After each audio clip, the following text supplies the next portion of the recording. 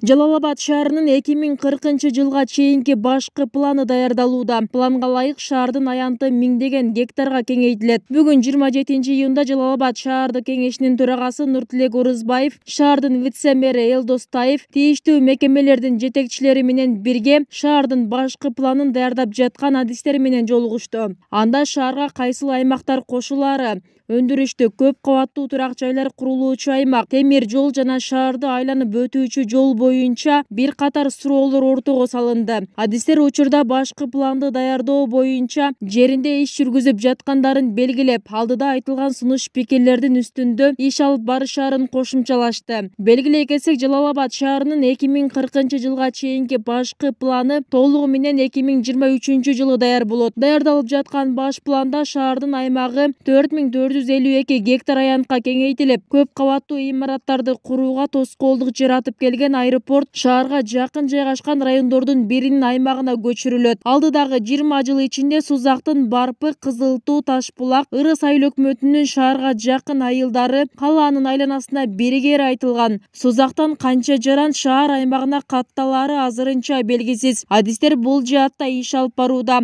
Жалал Абад шаарынын ген планын түзүү зарылчылыгы бир топ жылдардан бери жаралып келген. Бул документ дээрлик колдонулбай, чаржайыт көрүнүштөр көбөйгөн. Башкы планды даярдоого өкмөттүн 2017 жылдагы токтому чыгып, республикалык казынадан 5 миллион сом бөлүү жагы каралган. Ал каражат быйылкы жылдын март жана сентябрь айларында которулган. Шаардын башкы планын даярдоого республикалык казынадан сырткары жергиликтүү бюджеттен 2 миллион 400 миң сом, 2 миллион 400 миң сом жумшалат. Абад шаарынын башкы планы 2019 жылы концепциясы бекитилген, иштелип ошол шаардык кеңештин тарабынан. Андан кийин Кыргыз Республикасынын 490-токтомунун негизинде бул Жалал Абад шаары ошого кирген, 5 миллион бөлүнгөн, ошонун негизинде иштелип атат.